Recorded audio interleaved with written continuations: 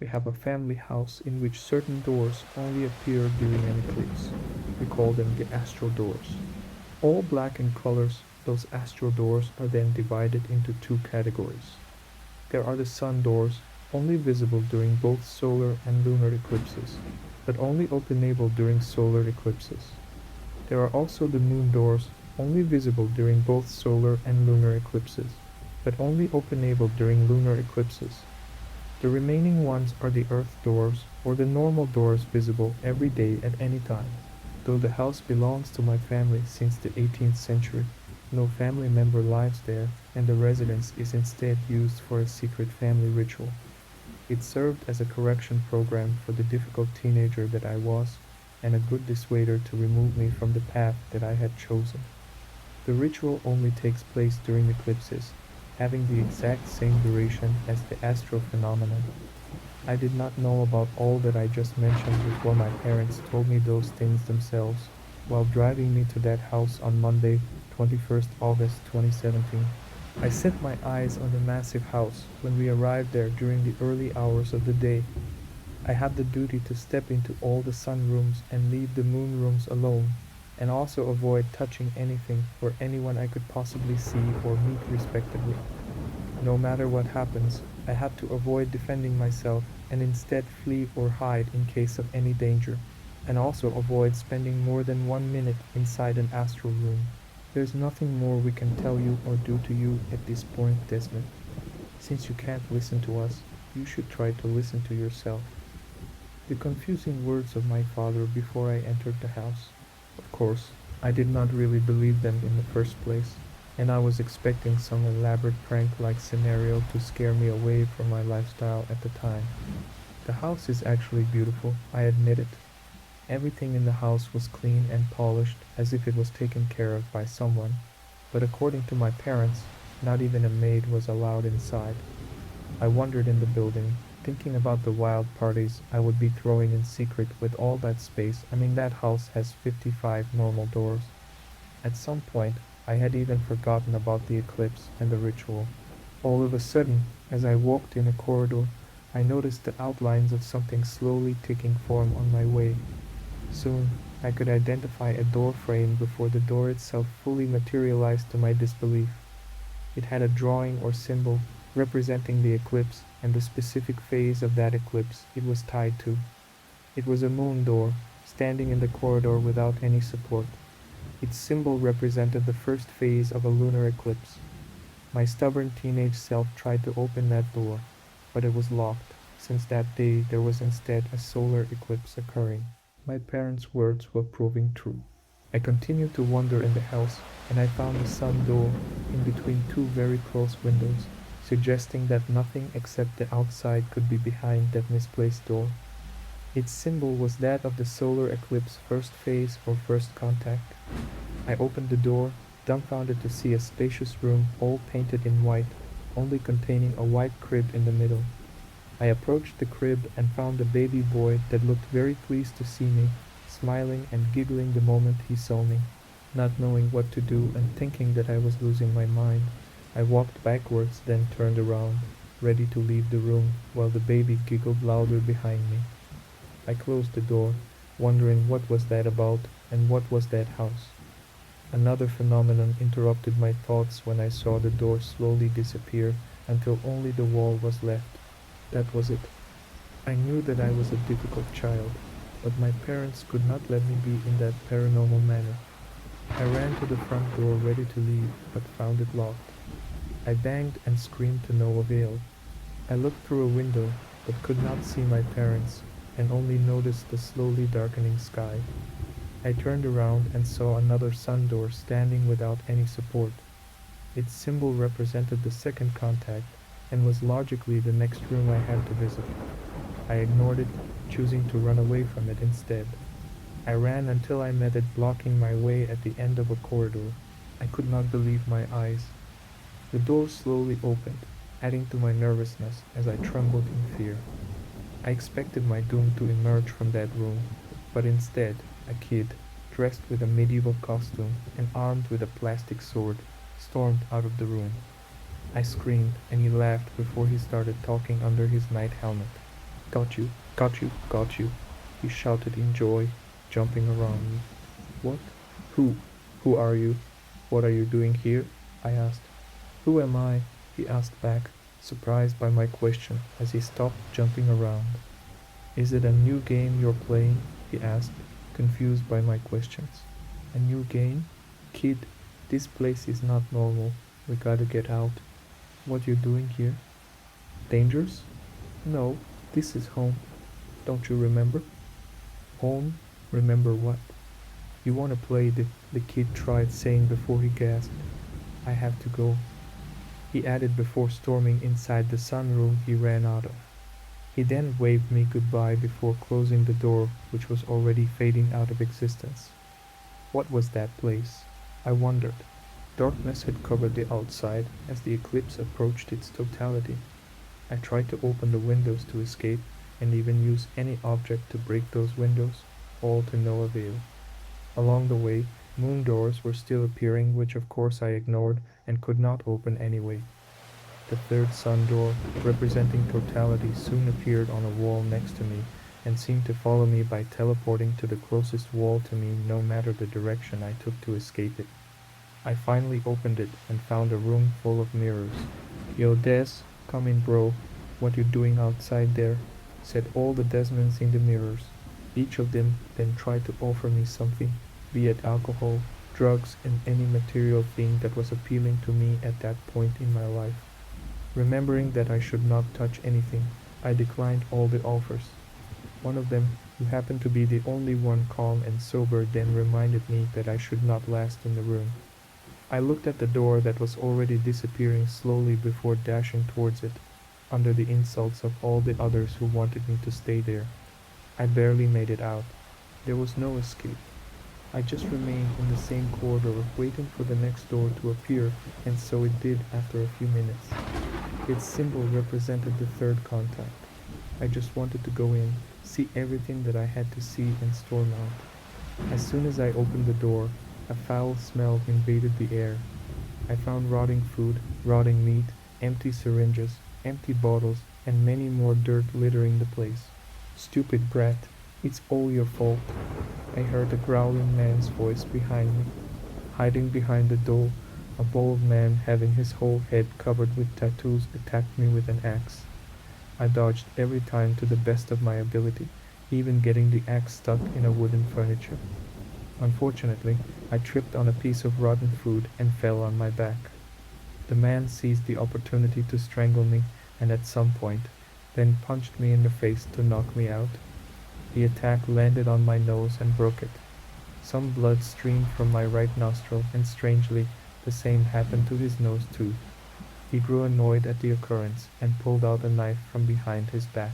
I stabbed him in the belly using a syringe I managed to lay my hand on, and immediately felt the pain as if I had stabbed myself instead. I saw the door slowly disappearing and survival instinct kicked in, allowing me to push him away. I limped to the door, slowed down by the pain, but fortunately he was too. I exited the room before him and slammed the door behind me. The blade of his knife pierced the door right after before it all disappeared in front of my eyes. Then I collapsed on the floor, defeated by the pain.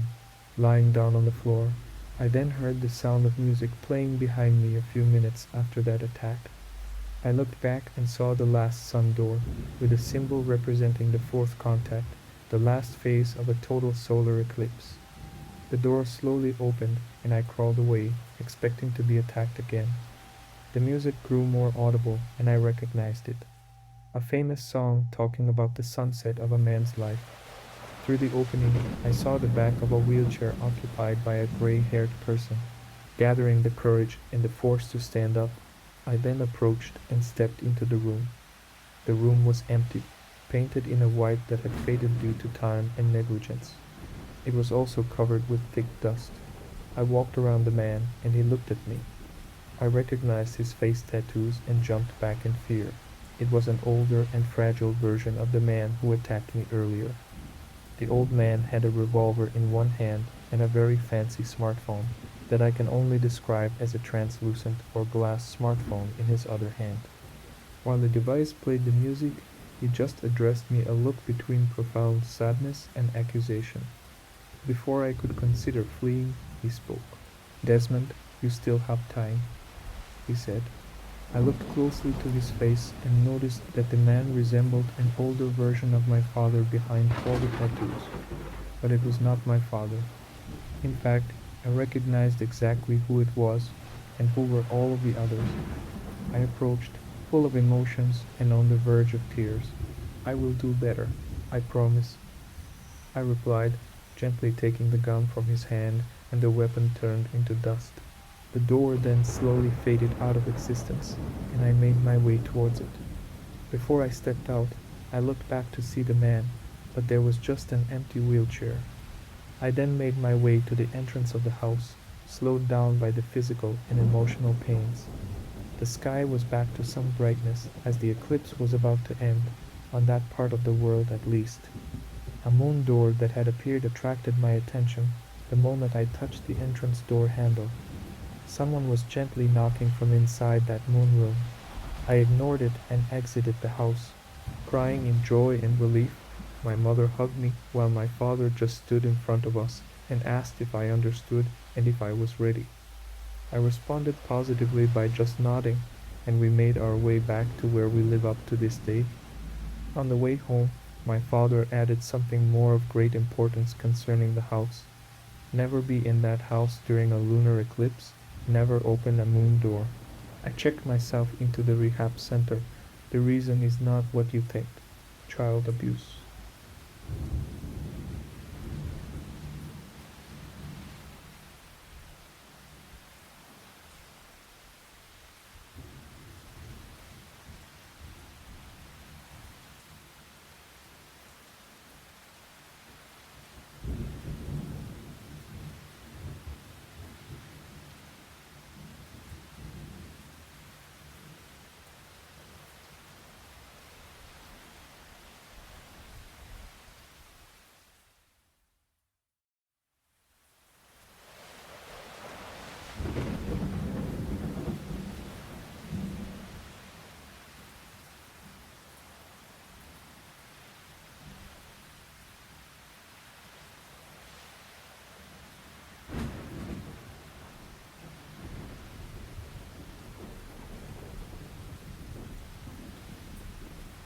The final night was 6 weeks ago.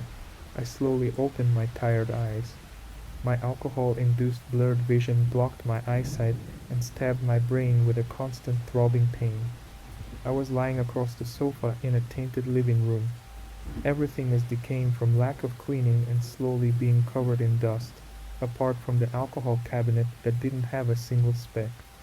I could smell the whiskey oozing from my breath as I breathed deeply while watching some shitty TV. I tried to fall back asleep again, having slept another day on a stained sofa smeared with the constant stains of spilled drinks and vomit that reek I could no longer smell. Still, just before I whisked myself away into a drunken sleep, I heard soft, careful footsteps above me. "I hear you up there. What the hell do you think you're doing?" I growled, anger rising in my nauseating body. The world acted like a merry-go-round, constantly spinning round and round in a spiral of throbbing headaches and sickening stomach pain.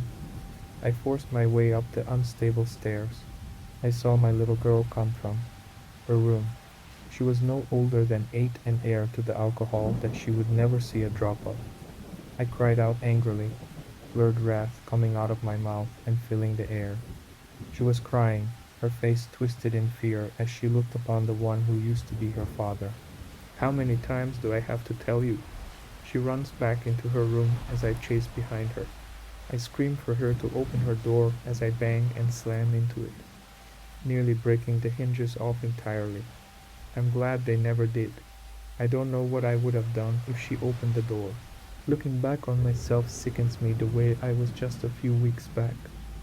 How I would act that night, and how I lost my daughter that day. I remember looking into the room she just came from. It was full of cobwebs and dust, and had remained untouched for a year of nothing, but the constant suffering and anguish that I caused us both. I stared into the dark room and upon the shrine of my wife, pictures of us as a family, back when we were happy. Just above the urn is a printed picture of us at the beach, smiling. My wife lying down on a towel sunbathing, while my head stuck out of the sand after my daughter buried me. Negative emotions swelled inside me like cancer. I pushed it deep into a vault that no one could ever open, forcing myself to feel nothing but an emotionless void. Looking straight down to the floor and ignoring the rest of the room, I hurriedly dragged myself away from the abyss and closed the door behind me. Slowly climbing into bed, I finished off the old glass of whiskey that's been on my bedside table all day and forced myself away from this never ending hell. I dreamt of a beautiful woman who fills my dreams but leaves when my eyes open. I dream of our memories together, but something was missing, something important that I couldn't put my finger on. It is still dark outside when reality forces me back to its world of pain and suffering. Groaning in annoyance, I closed my eyes but couldn't slip back into the sweet relief of nothing. I sighed and pushed my way from my covers, shivering as the cold air hits my pale skin, grabbing a nearly empty packet of ibuprofen and dry swallowing both. The headache is my punishment, my sentence, but that doesn't mean I can't relieve it a bit. I looked around the barren room, dead memories surrounding me and shadows of the distance past dancing in the dark, constantly tormenting me. I picked up the glass and tried to drink more, but found it empty. Slowly shuffling my way to the light switch, I flicked it on, hoping for light, but stayed in darkness instead. I flicked it again and again, but no light ever came. Just like my life, I thought. I suddenly remembered what I had done that night. I could still feel the pain in my hand as I banged on the only door in the house that could help me. I made my way towards my daughter's room, vision still spinning like I was on a never ending roller coaster, forever looping around over and over until I ended up dead. I made my way forward, taking one step at a time, using the wall for support. Eventually, I made it to my daughter's room. I softly knocked on the door, making a little tune to prove I was not drunk. I got no response, but I could hear slight crying on the other side of the door. I apologized like I did most nights, promising I would never drink again, yet already missing the guilt-free sensation it brings me. I lean against the door, breathing heavily and apologizing repeatedly until my throat gets clogged. I listen silently, listening to my child quietly crying. However, as I listen, I hear something else on the other side of the door. I push my ear into the door and silently listen to the whispering. I couldn't quite make out what he was saying. I concentrated hard, focusing all my power on the whispering until a bang knocked on the door. It caused me to fall backwards, smacking my head against the wall behind me. I cried for her name and heaved myself up, trying to open the door. She was wailing harrowing screams at an unknown shadow. I could hear banging as items smashed against the door and walls, and the man shouting incoherently. I kept begging someone to open the door, but some invisible source kept me from my daughter. Eventually, the door gave out, and I practically knocked it off its hinges. However, even though I could still hear my daughter wailing echoing in my ears, the room was empty. Bits of drawings, pictures, and furniture were dismantled and thrown throughout the room. Right in front of me, shattered pieces of memories destroyed on the ground. I cried out as I collapsed on the floor. I lay there, head throbbing, tears blinding, stomach aching as I retched, burning my throat. I crawled out of the room, screaming my daughter's name. The floor felt unstable and constantly shook under me. I used the wall for balance, leaning against it and forcing myself onto my feet. A static sound radiates throughout the house. The TV in the desolate living room echoes a constant white noise. I dragged myself, constantly feeling weaker and weaker. I got closer and closer, reaching out my hand towards the living room. The door suddenly slammed shut, blocking me from the room I'd spent so many years in. With my last bit of energy, I rushed towards the bright white door and slammed into it. The door opened easily, and I dropped into a dark black room, a single light bulb hanging eerily in front of me. I sheltered my eyes from the bright light, and seemingly knowing my pain, It lowered its brightness. Below the light was the static TV, still producing the noise that radiated my house. I turned to look back into the corridor I had just come from to see nothing. The door had gone, just a black void and unseeable horrors that lurked in the dark. I inched closer to the pixelated screen, static blaring out of the speakers, getting louder as if the volume got stuck. Through the static, I could hear a slight whispering. Getting closer to the TV, leaning my ear against the cold glass screen, I concentrated as hard as I could, focusing all my effort on listening to the whispers.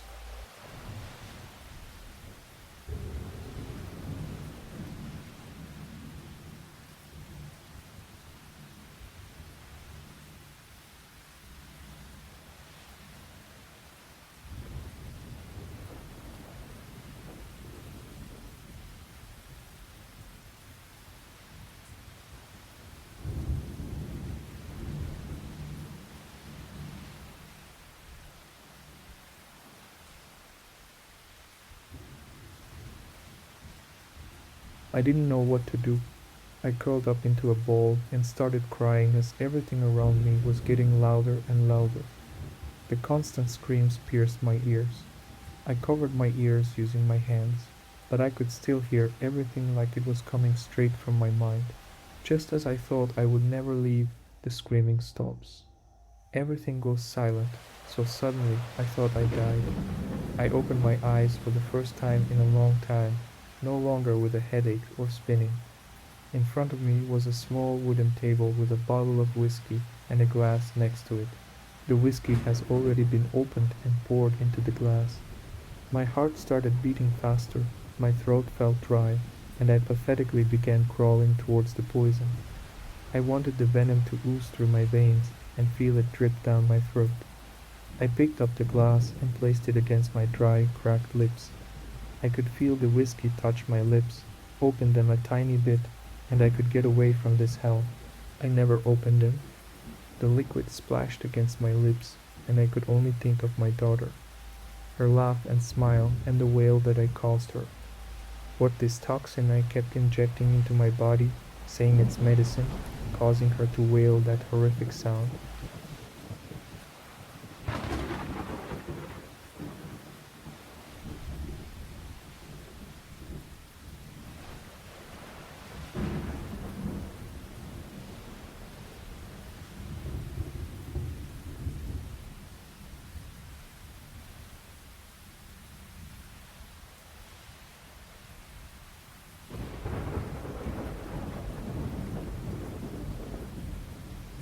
I could hear my daughter calling for me. Through the barrage of dead men, I forced my way through. Hands pulled me down, trying to get me away from my daughter, but I kept fighting. I hit anything that moved, with the indestructible bottle pushing my way forward towards an almost impossible goal. I finally reached the TV. My daughter's hands broke the screen, but it wasn't enough. Only cracks came through. Without even thinking about it, I swung my arm around, smashing the bottle and the TV. Instantly, everything returned to where it was. The puke-stained carpet, and the sun blinded me through the windows as it approached the horizon. I stood in my living room. The TV was fine, the bottle still in my hand, and a feeling that someone's eyes were on me. I looked around the room to see my daughter hiding behind the doorway, watching me with fear in her eyes. I went to hug her, but then she flinched. I felt a stab of pain in my heart, but I knew what she was frightened of. I slowly made my way to the window, ensuring my daughter watched me the whole time. When I opened the bottle, she moaned. No, but I told her it was okay. I held the bottle out the window, turned it upside down, and poured all its contents onto the floor. I did the same with all the bottles until only one was left. She came out of her hiding spot, cautiously moving towards me. I gave her some space, but left the final bottle on the window ledge open. She picked it up and poured it out herself. Me and my daughter went around the house, grabbing any alcohol left in half-drunk bottles and hidden areas. It was the first time I've seen her smile in a long time. That same day, We cleared the forbidden room, moving the shrine into the living room and scattering the photos throughout the house. I would be lying if I still didn't feel pain every time I saw a photo, but that's something that one day I will get used to. It's a playroom now, a place to relax and play together. However, we can't use it just yet. There is something I must do first. I dropped her off at her grandma's and checked myself into rehab. No one will ever know the truth of how I'm here, but it's not the journey, but the ending that makes it worth it.